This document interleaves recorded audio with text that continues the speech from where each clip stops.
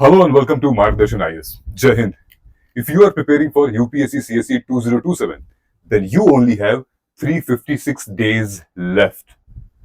अगर आपने इस वीडियो को क्लिक किया है तो एक इसी उम्मीद के साथ क्लिक किया होगा कि अब एक साल बचे हैं मेरे पूरे प्रिपरेशन को, अब मैं किस तरीके से तैयारी करूंगी. ओनली 1 ईयर इज लेफ्ट, और वो भी जब ऐसा प्रीलिम्स गया हो तो मन में बहुत डाउट आता है, अनसर्टेनिटी आता है. कौन सी अनसर्टेनिटी आती है कि अगर मेरे टाइम पे ऐसा प्रीलिम्स आ जाएगा तो हम क्या करेंगे. और ये मतलब लाजमी भी है, जरूरी भी है ये सोचना. मैं भी आपकी जगह होता तो मैं भी यही सोचता कि अगर मेरे टाइम पे ऐसा प्रीलिम्स आ जाएगा फिर तो कैसे ही अटेम्प्ट करेंगे. But stay till and in this video. Let us figure it out. Let us figure it out. हम लोग कैसे डील करेंगे इस सिचुएशन को. देखो, ये पहली मर्तबा नहीं हुआ है कि इतना ब्लंडर हुआ है यूपीएससी ने किया हुआ है. अब यूपीएससी ने कई लोगों का दिल तोड़ा है. हम लोग जब तैयारी कर रहे थे 2013-14 में तो एकदम पलट गया सब कुछ. जज्बात बदल गए थे, दुनिया बदल गई थी, सिलेबस चेंज हो गया था, बहुत सारी चीजें आ गई थी, सीसैट आ गया था, देन चल रही थी गाड़ी. बट आपको मतलब है सिर्फ आपसे. Just be selfish of your self. So actually you don't have 356 days left. जानते हो कितना दिन बचा है? सिर्फ आपको, आपके पास है सिर्फ 214 दिन.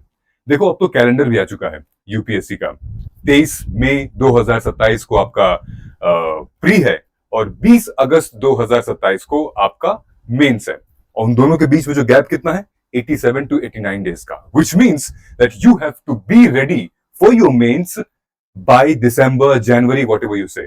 ओके, सो मैंने एक अभी ऑन एन एवरेज लिया है कि अभी से लेकर जून 1 से लेकर और दिसंबर 31 तक यू हैव 214 डेज लेफ्ट. अब इस 214 दिन में हमें मेंस ओरिएंटेड करना पड़ेगा, स्पेसिफिकली उन सब्जेक्ट्स को जो कि हमारे ज्यादा मार्क्स लेकर आते हैं. ऑप्शनल सब्जेक्ट हो गया, एथिक्स हो गया, एसे हो गया, ताकि जब आप प्री क्वालिफाई करोगे तो उस ड्यूरेशन में आप पढ़ोगे. लेकिन आप कहोगे कि सर प्री कैसे क्वालिफाई करेंगे, यही तो समस्या है. अब ध्यान से देखिएगा इस वीडियो को, आपको बहुत क्लैरिटी मिलने वाली है.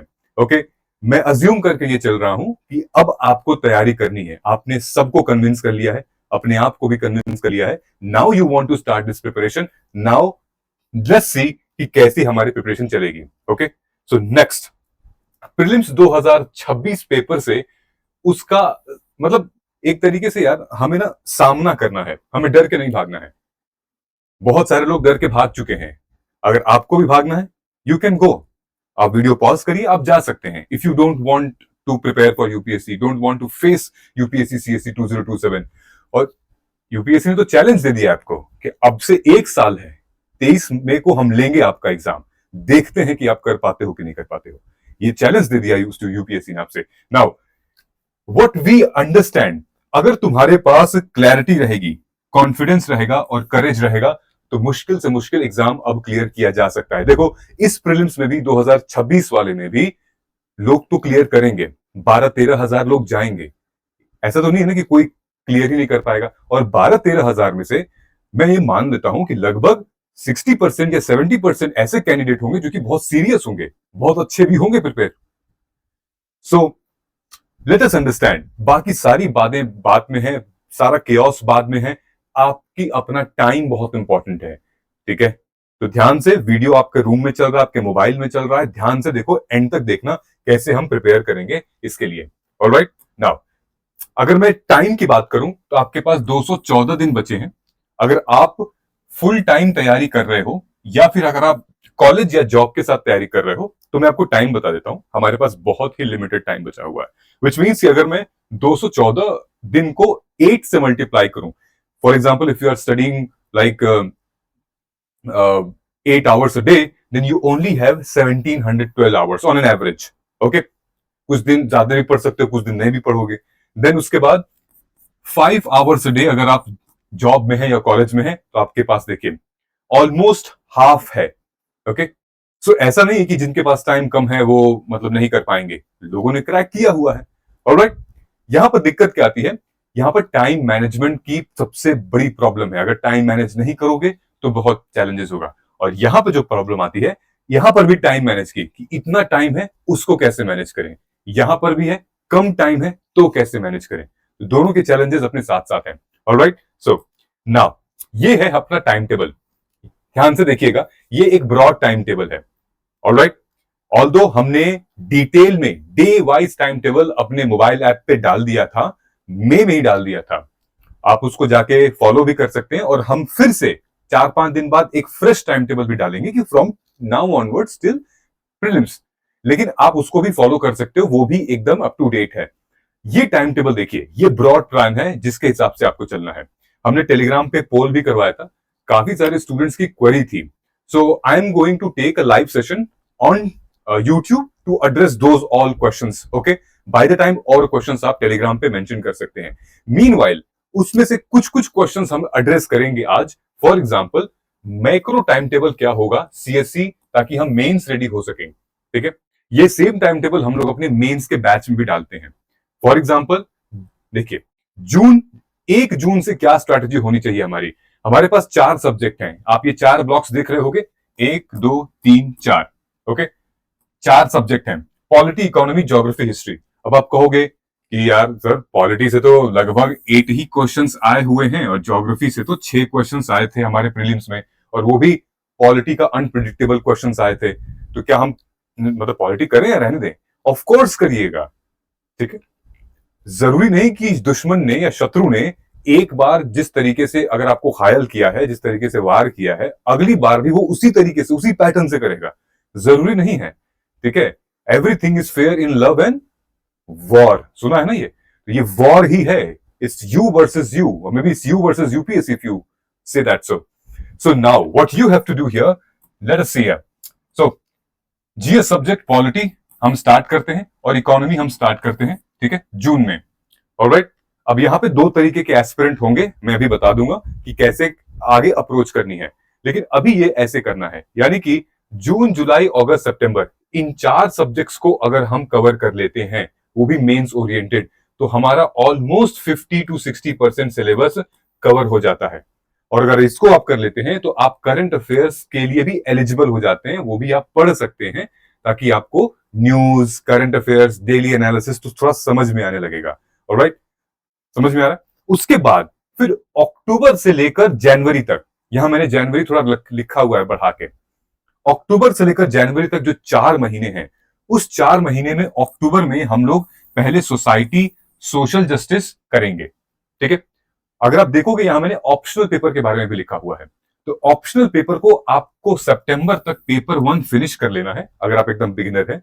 और अगर आप ऑप्शनल लाइक पेपर 2, तो वहां से स्टार्ट होगा हमारा सितंबर से, ठीक है, अक्टूबर से। क्लियर है? तो आपको 4-4 महीने मिल रहे हैं अपने ऑप्शनल को कंप्लीट करने के लिए, from top to bottom, which means from basic to advance खत्म करना है। जनवरी के बाद नहीं टच करना अपना ऑप्शन, प्री पे फोकस कर देना है। Are you getting my point?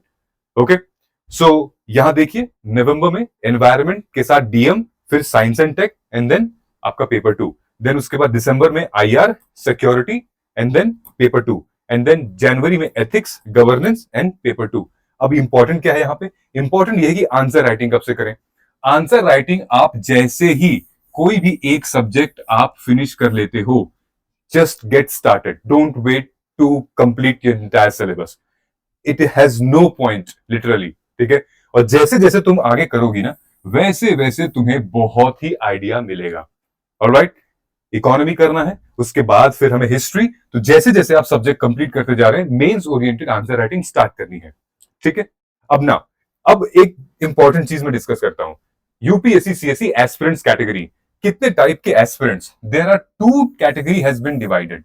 Okay, 2 category, broad category has been divided. One जो कि फ्रेश, जो कि एकदम बिगिनर है, ठीक है, और अनदर जो कि ऑलरेडी वेटरन्स हैं, जो कि एक्सपीरियंस हैं, जो कि मेंस दे चुके हैं या प्रीलिम्स दे चुके हैं और ऑलरेडी कवर कर चुके हैं। ठीक है, उनके लिए तो मैं ये कहूंगा कि आप उनके लिए, जितने भी स्टूडेंट्स हैं, वो ये प्लान फॉलो करें।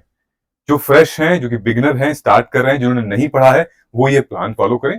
हम लोग ऑलरेडी क्लासेस ले रहे हैं जहां पर स्क्रैच से हम लोग पढ़ा रहे हैं for mains oriented polity, economy, geography, history, पूरा फाउंडेशन टाइप का। ठीक है, लेकिन जो वेटरन्स हैं, जिनका प्री एक बार दे चुके हैं, सब कुछ कवर है, नोट्स कवर है, उनको क्या करना है? उनको एक्चुअली स्टार्ट करनी है answer writing.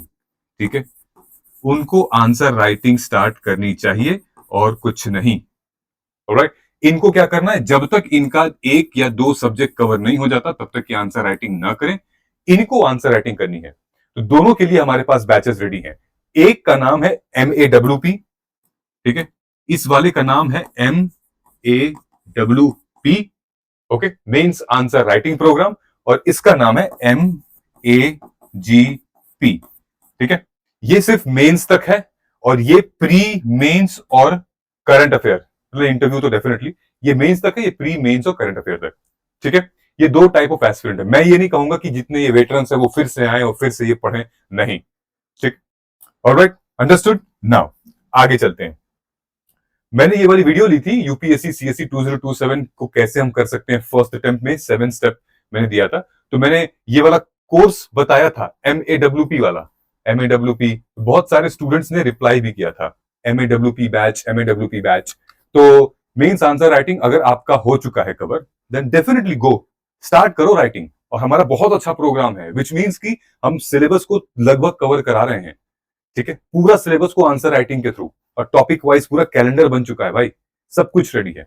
Okay, you come, you enroll, get discount and then start writing. Evaluation भी होगा, लाइव डिस्कशन भी होगी, मेरी मास्टर क्लास भी है उसमें, PYQ एनालिसिस भी है। ऑलराइट, नाउ नेक्स्ट, अब यहां से असली स्ट्रैटेजी चालू होती है। नाउ स्ट्रैटेजी टॉक्स अबाउट कि सब इस बार का प्रीलिम्स जो है उसमें पैटर्न ही एकदम चेंज हो गया था, वेटेज ही एकदम खत्म हो गया था। हमने देखा कि पिछले 10-12 सालों में यूपीएससी से 18% वेटेज था पॉलिटी का, 18% का वेटेज था। लेकिन अगर हम यहां देखेंगे, यहां पे सिर्फ और सिर्फ पॉलिटी से 8 क्वेश्चंस पूछे गए थे, मतलब जहां पर 15 सवाल आते थे वहां पर सीधे हाफ कर दिया गया। वही ज्योग्राफी का जो सेक्शन था वो लगभग 12-12.5% का था, यानी कि पॉलिटी से लगभग 15 क्वेश्चंस आते थे, ज्योग्राफी से लगभग 10 से 12 क्वेश्चंस आते थे। कुल मिला के यहां पे लगभग 25 से 30 क्वेश्चंस आते ही आते थे। ऑलराइट, अब इसको इतना डाउन कर दिया था, ज्योग्राफी अगर हम इसकी बात करें तो ओनली 8, 6, 14 क्वेश्चंस, एकदम हाफ। मतलब ये वो सब्जेक्ट है जो कि यूपीएससी एस्पिरेंट 2-2 महीने 3-3 महीने लगा देते हैं फाउंडेशन इसके बिल्ड करने में, लेकिन यहां सवाल ही नहीं आ रहा है, वैसा क्वेश्चन ही नहीं आ रहा है। क्या हम पढ़ना बंद कर दें? नहीं, पढ़ना बंद नहीं करेंगे, हम पढ़ेंगे, हमारे पढ़ने का तरीका चेंज होने वाला है। Alright, prelims exam is not only about reading facts, memorizing, no, it's also about getting into the examination hall and then fighting with the uncertainty. All right, there are many people in this UPSC CSE 2026 attempt जो लोग पढ़ाई में बहुत अच्छे थे लेकिन mindset में वहां पर जाके हार गए हैं। जब एग्जाम से बाहर निकल कर आए, घर पे गए और फिर पेपर को देखा तो लगा कि थोड़ा और कर सकती थी मैं। लेकिन अभी आपको जो फाइट करना है इस एग्जामिनेशन में वो है माइंडसेट से फाइट करना है, द एक्सट्रीम प्रेशर। पहला 20 क्वेश्चन नहीं आ रहा है, तुम्हें घबराना नहीं है। मैक्सिमम स्टूडेंट घबरा जाते हैं और गिल्ट के मारे ढेर सारा और अटेम्प्ट करने लगते हैं, और उसके बाद क्या होता है, उसके बाद फिर पैनिक, एंजाइटी होने लगती है। सही मतलब एकदम यूपीएससी का ट्रैप जहां पे आइडेंटिफाई कर सकते हो आप, वो भी नहीं कर पाओगे। आंखों के सामने ब्लर हो जाएगा और मतलब कीवर्ड्स को आप सही से नहीं कर पाओगे। तो ये सारी चीजें आपको मेंटेन करनी एग्जामिनेशन हॉल में। अब आपके पास जिम्मेदारी ये है कि अब पढ़ाई के साथ साथ अपने जो नॉलेज की जो स्ट्रेंथ है, जो वीकनेस है, अब मेंटल स्टेबिलिटी और अपने इमोशंस को भी कंट्रोल रखना उस एग्जामिनेशन में। ओके, अगर किसी भी तरीके का पेपर आ गया, हम लोग कोशिश करेंगे उसको मैनेज करना, चाहे हम उसको स्किप करें चाहे जो भी करें। विच मीन्स कि अगर पेपर नेक्स्ट टाइम अगर हिस्ट्री से 2 क्वेश्चन ही आए और इकोनॉमी से 4 क्वेश्चन आए, लेकिन वहीं पे अगर पॉलिटी से 12 क्वेश्चन आ गए, ज्योग्राफी से 20 क्वेश्चन आ गए, तो हमें उसके लिए तैयार होना पड़ेगा। ठीक है, UPSC has never ever informed और टोल्ड एनीबडी कि हम इस पोर्शन से इतना क्वेश्चन पूछेंगे। वो तो रैंडम ही है, जितने साल से चला आ रहा है वो रैंडम है, जिगजैग। कभी यूपीएससी ने बताया नहीं है। ठीक है, तो हम कभी इसके ऊपर डिपेंड होके नहीं रहेंगे। फॉर एग्जाम्पल आईआर का देखिए 12, and I tell you one thing, UPSC ने उन सब्जेक्ट्स के क्वेश्चंस की क्वांटिटी बढ़ाई है जो कि सबसे डायनेमिक है, स्टूडेंट सबसे लास्ट में उनको पढ़ता है। मैं आपको बताऊं कौन कौन से हैं, ठीक है, मैं बता रहा हूं, एक सेकंड रुक जाइए। ये देखिए, इकोनॉमी याद है, ठीक है, इकोनॉमी स्टूडेंट्स का वीक होता है ना, तो इकोनॉमी से, इकोनॉमी कहां गया भाई, ये रहा हमारा 15 क्वेश्चन। देन उसके बाद आ गया हमारा आईआर, लास्ट में ही करेंगे पूरा, चल लो। उसके बाद साइंस एंड टेक्नोलॉजी लास्ट में ही करेंगे, ठीक है। ये जो 3 सेक्शन देख रहे हो आप, ये तीनों सेक्शन हम लास्ट में करते हैं। इकोनॉमी तो खैर मोस्ट ऑफ द पीपल उनका वीक है, लेकिन इकोनॉमी में जो पीवाईक्यू की रिपीटिशन है वो बहुत ज्यादा है, ठीक। मैंने अभी इसी चैनल पे वीडियो डाला हुआ है, आप जाके देखिए हमारे सोर्सेज का, कि 30 से भी ज्यादा क्वेश्चंस पीवाईक्यू माइक्रो थीम से बन रहे हैं। Okay, you understand what I am saying? So अभी इस चीज को ना देख के, वेटेज वगैरह को ना देख के, अभी हमें एग्जाम ओरिएंटेड पहले फाउंडेशन को कवर करना है, economy, geography, history and polity, ठीक है। आगे बढ़ा जाए। नाउ दिस इज व्हाट मार्गदर्शन आईएएस डू। हम लोग पहले सिलेबस को डिकोड करते हैं, सिलेबस को डिकोड करने में हमारी मदद करता है पीवाईक्यू, और जैसे पीवाईक्यू मदद करेगा हम लोग अपनी स्ट्रेटेजी फॉर्म करेंगे। आप पढ़ाई करिएगा, एग्जामिनर के माइंडसेट को हम लोग समझेंगे, एंड देन हम मॉक टेस्ट लगाएंगे। जो आपका रिजल्ट आएगा उसके बेसिस पे हम अपनी स्ट्रेटेजी फिर से अपडेट करेंगे। Okay, so you don't need to complete the full syllabus, you need some certain themes, right.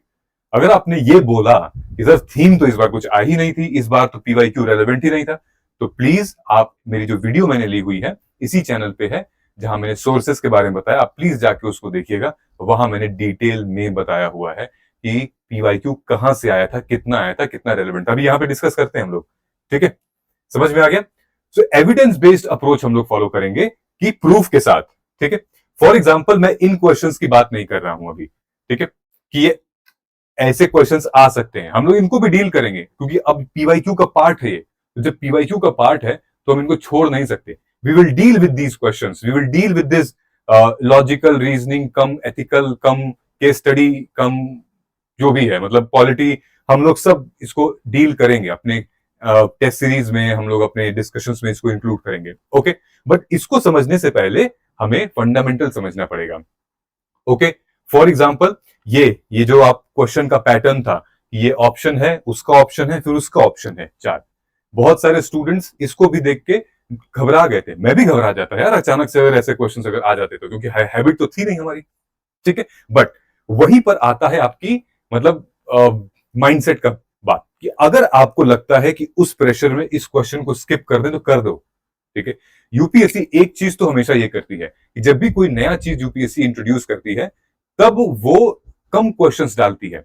जैसे फॉर एग्जांपल ये वाली स्लाइड, ये वाला था, ये वाले क्वेश्चंस 1 2 3 4 क्वेश्चंस आए थे केस स्टडी वाले, आ सकते थे ना 40 आ सकते थे, लेकिन ये 4 क्वेश्चन आए थे, ठीक है। फॉर एग्जांपल ये वाले जो ये ऑप्शन है, स्टेटमेंट, उसका स्टेटमेंट, उसका स्टेटमेंट, उसका ऑप्शन, ये टोटल 7 टाइम्स पूछा गया था, 7 था, जिसमें से मैक्सिमम हिस्ट्री में चला गया था।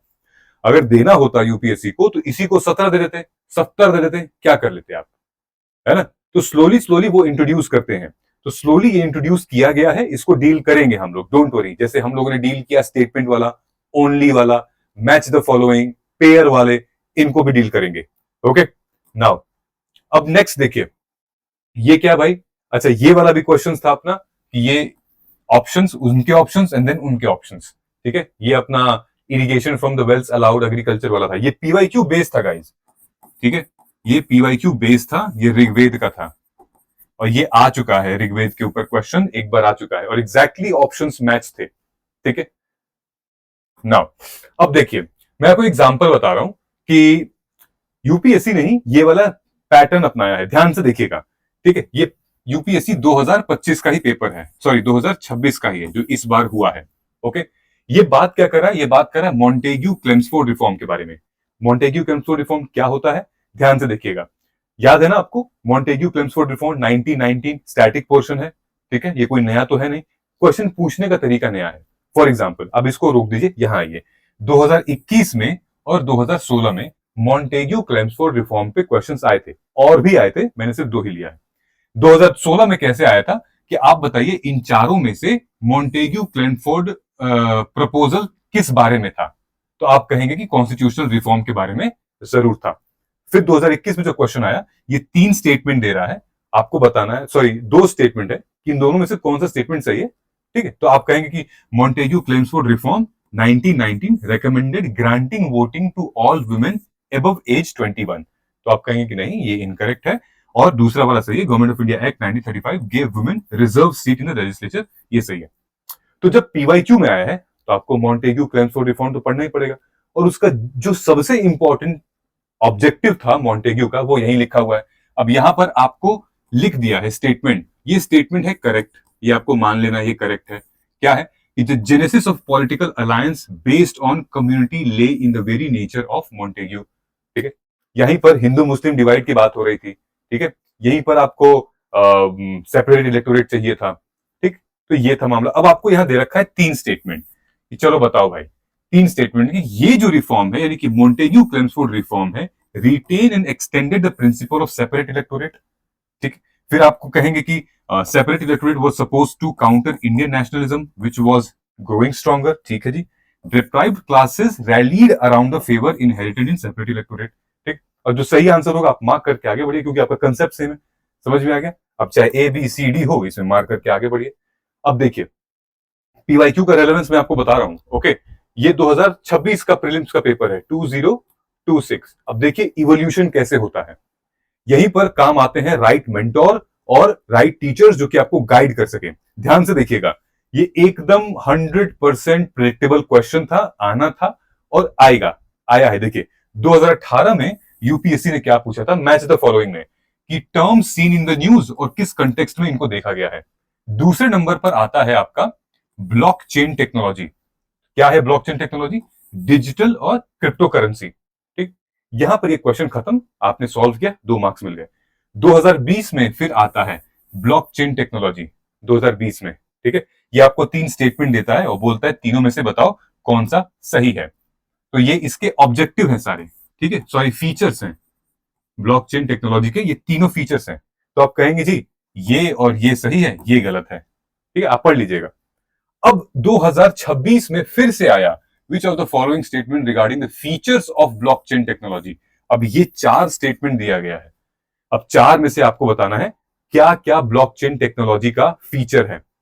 ठीक है, तो आपने पढ़ा, जो भी आपका कंटेंट आपके दिमाग में है आपने पढ़ा और आपने टिक लगा दिया कि चलो भैया ये 1 2 4, विच मीन्स कि आप देख रहे हो जर्नी 18 में किस लेवल का था, फिर उसके बाद लेवल थोड़ा सा बढ़ा, फिर उसके बाद 4 स्टेटमेंट बढ़ गए। ओके, तो लेकिन क्वेश्चन क्या है? क्वेश्चन सेम है, ब्लॉकचेन का ब्लॉकचेन का ब्लॉकचेन का, और इनका ऑब्जेक्टिव और फीचर पूछ रहा है। ठीक है, समझ में आया? देन ये देखिए, ये वाला क्वेश्चन देखिए, 2000 ये वाला जो है वो 2026 में आया था अपने प्री में अभी। ठीक है, 2026 में प्री में आया था। क्या आया था? ग्रीन हाइड्रोजन से रिलेटेड। और ये बहुत इंपॉर्टेंट है आज के डेट में। रिन्यूएबल एनर्जी को अगर आपने नहीं पढ़ा, ग्रीन हाइड्रोजन हो गया, सोलर हो गया, ईवी हो गई, बैटरीज हो गई, इनको अगर आप नहीं पढ़े हैं तो फिर मतलब आप ब्लंडर है ये। मैंने स्टूडेंट्स को बहुत बोला था कि भाई ग्रीन हाइड्रोजन पढ़ो आप लोग। ठीक है, ईवी बैटरीज के बारे में पढ़ो, सोलर पैनल इंस्टॉलेशन के बारे में आप लोग पढ़ो, फोटोवोल्टाइक सेल के बारे में। सो ग्रीन हाइड्रोजन 1 2 3 3 स्टेटमेंट दिया हुआ है और आपको बताना है कि भाई तीनों में से कौन सा सही है। अब इधर देखते हैं, ऑलरेडी ये 2015 में ग्रीन हाइड्रोजन के ऊपर क्वेश्चन आया हुआ था। ठीक है, which reference to fuel cell in which hydrogen rich fuel and oxygen are used to generate electricity, consider the following। अगर प्योर हाइड्रोजन यूज करते हैं फ्यूल एज अ फ्यूल, तो फ्यूल सेल एमिट करेगा हीट और water as a by product. तो hydrogen plus oxygen वो release करेगा by product. तो ठीक है भाई, ओके। और यहां पर मैंने दिया हुआ था जो हमारा माइक्रो थीम है, उसमें हमने एक्सपेक्टेड क्वेश्चंस दिए थे, FYQs, फ्यूचर ईयर क्वेश्चंस। यहां पर लिखा हुआ है कि ग्रीन हाइड्रोजन और उससे रिलेटेड मिशन किया जा सकता है, एनर्जी ट्रांजिशन मिशन आ सकता है। ठीक है, यहां दिया हुआ है integration possible with national hydrogen mission. ठीक है, ये हमने ऑलरेडी दिया हुआ था कि आप स्टूडेंट्स तैयार कर लें। और देखिए जो हमारा एक्टिव रिकॉल सेशन था, जो कि प्रीलिम से कुछ दिन पहले हम करते हैं स्टूडेंट्स के साथ, ये हमने किया था 16 मई को, साइंस एंड टेक्नोलॉजी का डे 3 था। उसमें मैंने यहाँ पूरा सेक्शन ग्रीन हाइड्रोजन का प्रैक्टिस करवाया था 1 लाइनर के थ्रू। मैंने पूछा था ग्रीन हाइड्रोजन mainly produce by which process, then उसके बाद नेशनल ग्रीन हाइड्रोजन मिशन क्या है, टारगेट क्या करता है। अब यहां देखो ये जो है ना, ये एग्जैक्टली यूपीएससी ने यही स्टेटमेंट पूछा है, प्रोडक्शन का क्या टारगेट है 2030 तक। ये देखिए, national green hydrogen mission of India aims abatement of nearly 50 MMT annual green, इतना। ओके, ये होता है एग्जाम ओरिएंटेड प्रिपरेशन। हम लोग स्टूडेंट्स को ऐसे ही गाइड करते हैं बॉस, ठीक है। सिर्फ आई बात समझ में, और भी सारे क्वेश्चंस हैं, ठीक है। सो इंपॉर्टेंट है ये। नाउ अब ये देखिए, ये शॉर्ट क्वेश्चन मैंने यूट्यूब पे वीडियो बनाया था, अभी भी वीडियो है क्या, कि 5th और 6th schedule is very very important for this examination. Why? मैंने क्यों बोला था कि 5th और 6th बहुत बहुत इंपॉर्टेंट है? मैंने इसलिए बोला था क्योंकि यहां लद्दाख में प्रोटेस्ट हो रहा था। ओके, लद्दाख में प्रोटेस्ट हो रहा था कि Ladakh wanted to get into the 6th schedule. तो फिर मैंने वीडियो बनाई इस पे ऊपर, 5th शेड्यूल और 6th शेड्यूल में क्या अंतर है भाई, है ना। यहां मेरे बस लिखा हुआ था कि 100% this will come in prelims 2026, and आ गया। ओके, स्टेटमेंट अगर आप देखो, ये तीनों स्टेटमेंट आपका शेड्यूल 6 से निकल कर आता है। बस स्टेटमेंट 1 इनकरेक्ट है, 2 और 3 सही है। क्यों? क्योंकि स्टेटमेंट 1 कह रहा है जितने भी प्रोविजंस लिखे हैं वो 5th शेड्यूल के हैं, लेकिन ये गलत है। वो किसके हैं? वो 6th शेड्यूल के हैं, ठीक है। एग्जैक्टली यही है। और 2015 में और 5th शेड्यूल से यूपीएससी ने बहुत क्वेश्चन पूछा है। 5th शेड्यूल से पीवाईक्यू आप देखेंगे तो काफी क्वेश्चन पूछा हुआ है, ठीक है। तो प्रोविजन ऑफ 5th और 6th schedule in the constitution of India are made in order to protect the interest of schedule tribe. Level देखिए, अब यहां तो सुपरफिशियल पूछा है कि ऑब्जेक्टिव क्या है, अब फीचर पूछ रहा है। अब बताओ चलो शेड्यूल 6 का फीचर क्या है, ये उसके फीचर थे, ठीक है। आई बात समझ में? This is how we should approach for UPSC prelims paper. Okay, now रही बात मेंस की, तो अभी हम मेंस ओरिएंटेड चलेंगे। Mains is more predictable than prelims, okay, क्योंकि वहां सब्जेक्टिविटी रहती है, ऑब्जेक्टिविटी नहीं है। मेंस में अगर कोई एक पेपर खराब भी हो गया है तो आप उसका मतलब उसकी भरपाई कर सकते हैं आप, क्योंकि दूसरे पेपर में आप अच्छा परफॉर्म करेंगे, स्कोर ज्यादा लेंगे, कर सकते हैं आप। तो ये हमारे मेंस के ब्रेकडाउन है, जीएस पेपर 1 2 3 4, ठीक है। आप देख सकते हो यहां पर 3 सब्जेक्ट 5 सब्जेक्ट, एक सब्जेक्ट पढ़ के आपको 250 मार्क्स का अटेम्प्ट करना है। और यहां पर आप 5 सब्जेक्ट पढ़ेंगे तो यहां 250 मार्क्स है। यहां पर आप 3 और यहां 3, और ये 2 तो बहुत बड़े बड़े हैं, ज्योग्राफी और हिस्ट्री। तो लॉजिक ये बनता है कि आपको ये अच्छे से कवर करना पड़ेगा, एथिक्स, ठीक है। और एथिक्स और जीएस2 का एक बहुत अच्छा कॉम्बो बनता है, ठीक है, क्योंकि एथिक्स तो जीएस2 एक दूसरे से मिलते जुलते हैं। गवर्नेंस वाली बात है, ट्रांसपेरेंसी वाली बात है, अकाउंटेबिलिटी वाली बात है, एथिक्स इन गवर्नेंस है, प्रोबिटी इन गवर्नेंस है। ऑलराइट, तो हमें यहां पे हम वेटेज के हिसाब से चलते हैं, और ये हमारे मेंस के पीवाईक्यूज हैं, जो कि मैंने ऑलरेडी माइक्रो थीम बना रखी है, अपडेटेड है। अगर 2026 का मेंस होता है तो वो अपडेट कर देंगे हम लोग इसमें।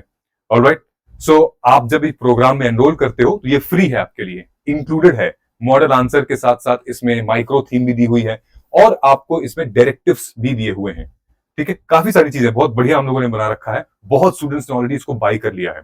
Okay, now it's your turn, ठीक है। So this was the mains PYQ 2025 में जो मेंस हुआ था उसका ब्रेकडाउन है ये, किस किस सब्जेक्ट से कितने क्वेश्चंस आए थे, एग्जैक्टली वही जो कि मैंने उसमें दिखाया है। इकोनॉमी एग्रीकल्चर से 5 क्वेश्चन, एग्रीकल्चर के 2, साइंस एंड टेक के 4, एंड इंटरनल सिक्योरिटी के 4, एनवायरमेंट के 5, कुल मिला के आपका 250 मार्क्स बन गया, ठीक है। समझ में आ रहा मैं क्या कह रहा हूं आपको, कैसे आपको स्टार्ट करना है, ठीक है। रही बात बुक लिस्ट की, तो हम लोग बात कर लेंगे बुक लिस्ट के बारे में। बुक लिस्ट वही है, कोई नई किताब नहीं है, समझ में आ रहा है। कोई नया किताब मैं अगर आपको बता दूं, नहीं, बुक लिस्ट आर सेम। आप लिख के ले लीजिए, जो स्टूडेंट ये 2026 का प्री पास किया है, वो जब एग्जाम क्रैक कर लेगा, जब टॉपर बन जाएगा, वो भी यही बोलेगा कि बुक लिस्ट मेरी सेम थी जो आप लोगों की थी। बस उस किताब को हमको एग्जाम ओरिएंटेड कैसे पढ़ना है, ये सबसे बड़ा चैलेंज है, ठीक है। तो देखो, जैसे मेंस में क्वेश्चन आया था 2025 में, discuss the salient feature of Harappa architecture, और ये क्वेश्चन ऑलरेडी रिपीट हुआ है यहां पे, कहां पे, 2014 में आ चुका है, Indus valley civilization, influence on modern urbanization, ठीक है। यहां आपसे पूछ रहा है कंपैरिजन विथ एंशिएंट सिविलाइजेशन, अलग अलग सिविलाइजेशन से, ठीक है। तो ये हड़प्पा आर्किटेक्चर पे सेलिएंट फीचर्स पूछ रहे हैं उनके, समझ में आ रहा है? ये हो गया। देखिए दूसरा देखिए, और इसके ऊपर प्रीलिम्स में भी क्वेश्चन आया, इस बार भी क्वेश्चन आया था। ठीक है, प्रीलिम्स में क्या क्वेश्चन आया है कि भाई ये चारों आपको ऑप्शन दे दिया है, अब बताओ इनमें से कौन सा हड़प्पा साइट नहीं है। ये दे दिया है आपको इतना बड़ा डिस्क्रिप्शन, और पूछ रहा है कि इन चारों में से कौन से साइट का डिस्क्रिप्शन है ये, कहां पे elaborated system of water harvesting कहां पर होती है भाई।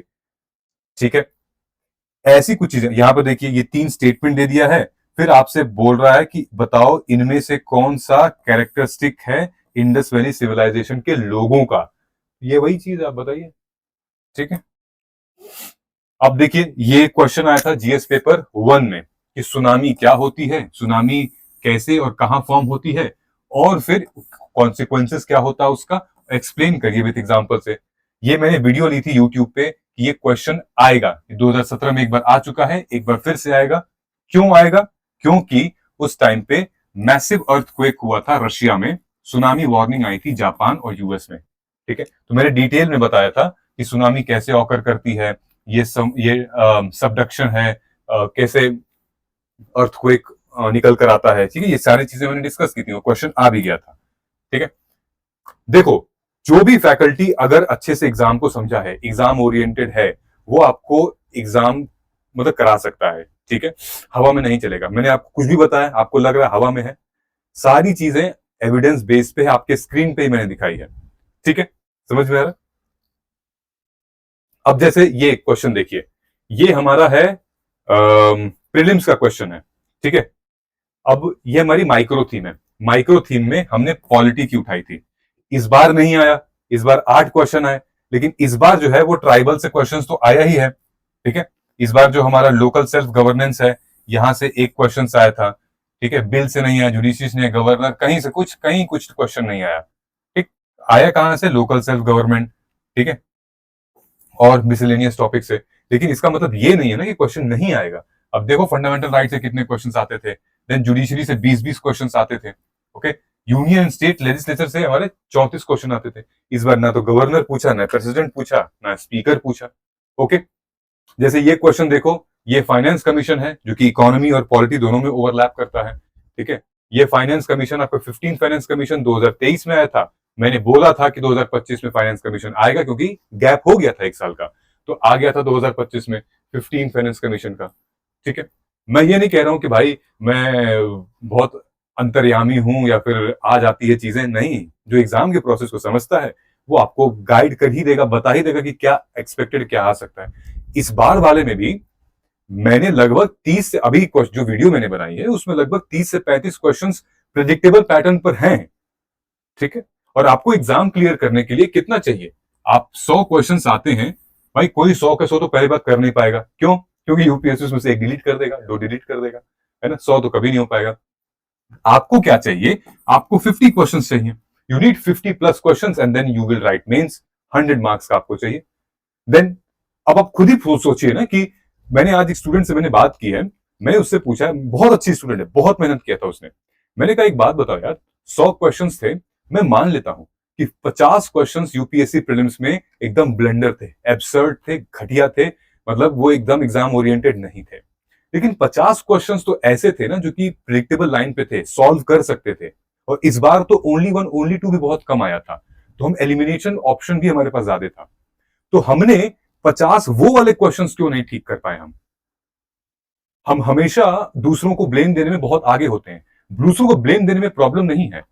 हम ब्लेम कर सकते हैं यूपीएससी को, हम ब्लेम कर सकते हैं अपनी किस्मत को, हम ब्लेम कर सकते हैं टीचर्स को, मेंटर्स को, फैकल्टी को, ये यही जिम्मेदार है, ये इसी वजह से नहीं हुआ है। क्या आप खुद को ब्लेम कर सकते हो? क्या वाकई में आपकी अपनी स्ट्रैटेजी ठीक थी? क्या वाकई में आपने कोई गलती नहीं की उस एग्जामिनेशन हॉल में बैठ के? क्या सारी की सारी गलती मेरी है, टीचर्स की है, फैकल्टी की है, या फिर यूपीएससी की आपकी किस्मत की गलती है? क्या आपने जरा सा भी ये सेल्फ एनालिसिस किया कि मैंने भी कुछ गलती की होगी इसमें, थोड़ी बहुत? आई अग्री कि आधा तो पूरा यूपीएससी ने गलत किया है, लेकिन आधा जो था वो एक प्रिडिक्टेबल लाइन पे था। समझ में आ रहा है? So and this is very important. अगर जिस दिन आप अपने फेलियर की जिम्मेदारी लेना शुरू कर देंगे, उस दिन लाइफ में फिर आप आगे बढ़ने लगेंगे, फिर आप कंप्लेंट नहीं करेंगे। और बाकी सारी चीजें हैं ही, गलत है तो हम आवाज उठाएंगे, जैसे कि हमने उठाया और अभी भी उठाएंगे। जो चीज गलत है वो गलत है, लेकिन सेल्फ एनालिसिस भी करनी चाहिए इस पूरे सिचुएशन में। जो स्टूडेंट तैयारी करके नहीं गए थे, जिनकी तैयारी थोड़ी बहुत थी, जो तुक्का वाले थे, वो भी खूब चढ़ बढ़ के अरे बेकार पेपर है, ऐसा पेपर है, वैसा पेपर है, ऐसे लोग बोल रहे हैं। ठीक है, तो you should not do like this. Okay, अब फाइनेंस कमीशन ऑलरेडी मैंने बताया हुआ है, ये देखिए इसके ऊपर 2010 में भी आया हुआ है, 2011 में भी, ये हॉट टॉपिक है फाइनेंस कमीशन का। और अब तो हमारा 16 फाइनेंस कमीशन आ गया है। लिख लीजिए 2027 में मोस्ट प्रिडिक्टेबल है कि फाइनेंस कमीशन के ऊपर क्वेश्चन बनना तय है। ओके, नाउ मेंस के ऊपर भी फाइनेंस कमीशन एक बहुत अच्छा खासा है, यानी कि 14 finance commission, 15 finance commission, 13 finance commission के ऊपर क्वेश्चंस आए हुए हैं, आपको लिखना है। ओके, समझ में आ रहा है। वहीं पे अगर हम बात करें मेंस के पीवाईक्यू की अप्रोच की, ये देखिए ये सारे मेंस के पीवाईक्यू हैं ज्योग्राफी के। ठीक है, ध्यान से देख रहे हो, बस वीडियो पॉज करके देख लो कि सबसे ज्यादा क्वेश्चंस कहां से आते हैं। आप मतलब यकीन नहीं कर पाओगे। नहीं, सबसे ज्यादा क्वेश्चंस नहीं आते हैं जियोमॉर्फोलॉजी से, सबसे ज्यादा क्वेश्चंस नहीं आते हैं क्लाइमेटोलॉजी से, नहीं आते हैं सबसे ज्यादा क्वेश्चंस हमारे हिमालयन इकोसिस्टम से। सबसे ज्यादा क्वेश्चंस आ रहे हैं यहाँ पर हमारे नेचुरल रिसोर्सेज से। सबसे ज्यादा क्वेश्चंस हमसे पूछा जा रहा है जो ह्यूमन और इन्वायरमेंटल ज्योग्राफी से। ठीक है, एनर्जी एंड रिसोर्सेज से, यहां से सबसे ज्यादा क्वेश्चन पूछा जा रहा है। क्या आपका तैयार है, क्या आपने पढ़ा है, कैसे क्वेश्चन आ रहे हैं? देखिए यहाँ पे लगातार इस साल 2 क्वेश्चन आया है नेचुरल रिसोर्सेज और उसके पोटेंशियल से। इन्वायरमेंटल ज्योग्राफी से एक क्वेश्चन बना हुआ है। ओके, और ये 15 मार्क्स के 10 मार्क्स के क्वेश्चन हैं। इस तरीके से अगर हम पढ़ाई करते हैं अपनी आगे चल के, तो किया जा सकता है, इस एग्जामिनेशन को फिर से चैलेंज किया जा सकता है और अपने बुद्धि से, अपने श्रम से, अपने हौसले से किया जा सकता है। तो करते हैं ना? हा? या फिर हम डर के भागने वाले हैं? क्या एक बार पेपर ऐसा आ गया तो हम छोड़ देंगे, रणभूमि छोड़ के चले जाएंगे? उसमें के हैं आप? नहीं ना, मेरे स्टूडेंट्स उनमें के नहीं है। ठीक है, year 2023, subject geography, GS paper 1। ध्यान से देखेंगे, बहुत बार मैंने बताया हुआ है, इसलिए बताया हुआ क्योंकि आप मेंस के पैटर्न को समझ लो। ठीक है, फूड प्रोसेसिंग सेक्टर ये एक कॉमन है, मतलब ब्लेंड करता है जीएस पेपर 1, 2, 3 में। ये लिखा हुआ है यहाँ पे, जीएस पेपर 1 और 3 में ब्लेंड करता है। जैसे कि फूड प्रोसेसिंग सेक्टर यहां दिया हुआ है, फिर बोला है challenges and opportunities of food processing sector, फिर बोला हुआ है scope and significance of food processing sector, फिर बोल रहा है कि नेट फूड इंपोर्टर से हम कैसे एक्सपोर्टर बन गए, है ना। और इन सब की हमने थीम निकाल ली है। ठीक है, ये सबकी थीम निकाल ली है, ये सिलेबस से हमने मैप कर लिया है। ठीक है, food processing related industries in India, scope, significance, location, upstream and downstream, requirement, supply chain management. अब देखो यहीं से पूछा हुआ है, स्कोप एंड सिग्निफिकेंसेस। ठीक है, यहां से निकाल के पूछा हुआ है। ठीक है, देन यहां पर सिग्निफिकेंस यहां निकल गया है, प्रोसेसिंग यहां निकल कर आ गया है, ये प्रोसेसिंग है इसका। ठीक है, ये तो साफ साफ दिख रहा है ना आपको सिलेबस से कैसे मैप कराए हम लोग। ओके, और फिर 2025 में भी, ये 2025 लास्ट ईयर का जो मेंस था, फिर से क्वेश्चन आ गया है किसके ऊपर, examine the scope of food processing industries in India, elaborate the measures taken by the government in food processing industry for generating employment and opportunities. Okay, so हमने अभी क्या बात की है, हमने टाइम टेबल के बारे में बात कर ली, प्रीलिम्स के अप्रोच के बारे में बात कर ली, हमने प्रीलिम्स को कैसे हम टैकल करेंगे उनके बारे में बात कर ली, पीवाईक्यू के बारे में बात कर ली, मेंस के बारे में हमने बात कर ली है। ऑलराइट, दिस विल बी, अगर आपने वीडियो को यहां देखा है तो ये कमेंट कर दीजिएगा, 2027 will be my year and I will crack it. ये कमेंट कर दीजिएगा ताकि मुझे पता चल जाएगा कि वीडियो को आपने यहां तक देख लिया है। And now I think you have a big big big clarity कि भाई है क्या। ठीक है, समझ में आ रहा है? Yes, it is unpredictable but we accept it and we will fight for it. Okay, ये एग्जाम अनप्रिडिक्टेबल आज से पहले भी था, 2022 में भी, 21 में भी, 20 में भी। एक आईएएस ऑफिसर हैं, उन्होंने 1996 बैच के हैं, उनका कहना है कि मेरे टाइम पे भी ऐसे ही हुआ था। मैं 1992 से लेकर 1996 तक मैंने प्रिपरेशन की है और उस टाइम पे मेरे साथ भी यही हुआ। मुझे भी ये लगता था कि कहां से क्वेश्चंस आ गए हैं। This is UPSC guys. Okay, जिसके जो इसका तैयारी किया है उसको इसने भी दर्द दिया हुआ है। अब ये हमारा है मेंस रेडी मॉड्यूल। ये मॉड्यूल ऑलरेडी हम लोग पढ़ा रहे हैं, कर रहे हैं, जो कि 11 मई से चालू था और 10 जून तक चलेगा। ये पॉलिटी है, मैं पढ़ा रहा हूं, आप ज्वाइन करिए, आप यहां से भी ज्वाइन कर सकते हैं। और अगर आप ज्वाइन करके दूसरे बैच में जाना चाहते हैं तो दूसरा बैच जो है वो हमारा 11 जून से स्टार्ट है, 15 जून से क्लासेस स्टार्ट है और 10 जुलाई को वो खत्म होगा हमारा हिस्ट्री, फिर खत्म होगा इकोनॉमी, एग्रीकल्चर, फिर उसके बाद आएगा पॉलिटी। मुझे लगता है कि आपको वेट नहीं करना है 10 जून का, आप आइए ज्वाइन कीजिए और अभी से अपनी स्टार्ट कर सकते हैं आप। ठीक है, हम लोग क्लासेस इसमें ले रहे हैं मंडे वेडनेसडे फ्राइडे, फिर बाद में जो हिस्ट्री क्लासेस है मंडे वेडनेसडे फ्राइडे संडे हम लोग ले रहे हैं। ठीक है, उसके बाद फिर ये देखिए, ये मैं पढ़ा रहा हूं MAGP 2027 में।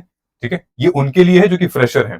ठीक है, जो कि जिनका कवर नहीं है, समझ में नहीं आ रहा है, मेन्स ओरिएंटेड नहीं समझ में आता है, उनके लिए है। लेकिन जो सब कुछ पढ़ लिए हैं, मेन्स वेन्स कर लिए हैं, उनके लिए आंसर राइटिंग है। ये टाइम मैंने लिख रखा है और ये सारे शेड्यूल है। ठीक है, ये शेड्यूल मैंने डाल रखा है, क्या क्या कवर किया जाएगा ये सब मैंने बता रखा है। ठीक है, ये फिर आद्या मैम है, आद्या मैम आपको हिस्ट्री पढ़ाएंगी। ठीक, फिर उसके बाद ये हिस्ट्री का शेड्यूल है। फिर उसके बाद कुणाल सर आपको इकोनॉमी पढ़ाएंगे, ये इकोनॉमी का शेड्यूल है। फिर उसके बाद ये आपको आदित्य सर ज्योग्राफी पढ़ाएंगे, ये ज्योग्राफी का शेड्यूल है। Alright, so this is how the entire schedule is. Okay, I hope कि अब आपको क्लैरिटी मिल चुकी होगी। नाउ आई एक्सपेक्ट यू कि आप एक डिसीजन लीजिए, और डिसीजन आपको तुरंत लेना है, क्योंकि एक एक दिन कम हो रहा है आपके उस टारगेट से, स्ट्रैटेजी से। Okay, I am here, my team is here, we will be there to help you, just get your clarity. हम लोग मिलते हैं अपने अगले वीडियो में। कोई भी डाउट हो कमेंट करके बताइएगा, I will be there for you. Thank you so much. जय हिंद, जय भारत।